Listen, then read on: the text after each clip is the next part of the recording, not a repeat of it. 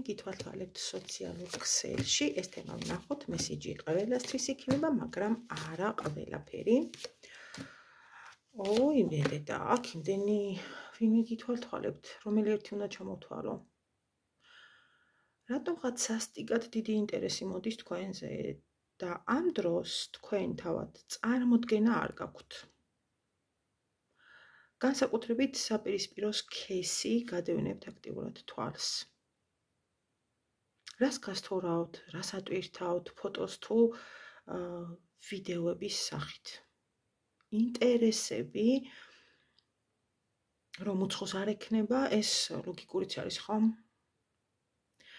თუმცა უცხო თვალებიც გიყურებთ, მაგრამ ამას გავატარებ, აქცენტის გაკეთება არ არის მნიშვნელოვანი.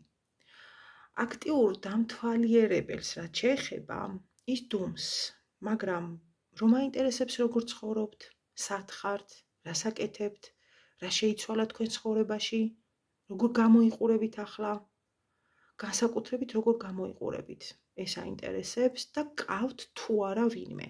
ეს ორი საკითხი. დუმს კბილებით უჭირავს საკუთარი თავი, რომ არ გამოავლინოს. ეს არ არის მარტივი შეიკავო ყველა ის ცნობის მოყვარეობა, რაც თქვენდა მიაქვს.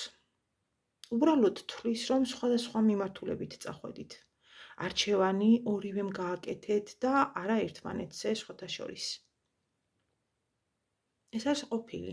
ქმარი, ცოლი, შეყვარებული თუ საყვარელი, მაგრამ ყოფილის სტატუსში იმყოფება.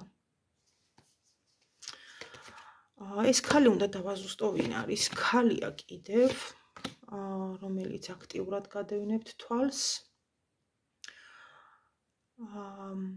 აქტიურად სტუმრობს თქვენს აკაუნტებს, ყველა წვრილმანს და დეტალს აკვირდება, გამოცდელი თვალებით. კითხულობს ყველა კომენტარს, ნახულობს ლაიქებს, დაგულებას და ვერ ვიტყვი, რომ ამ ყველაფერში მისთვის რაღაცა პოზიტიური მოვლენები მოდის, არა.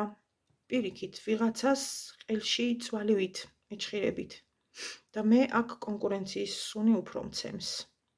მომენტი, როდესაც შურის, ბოღმის ადრესატი ხართ. ერთი პირი კიდევ ასევე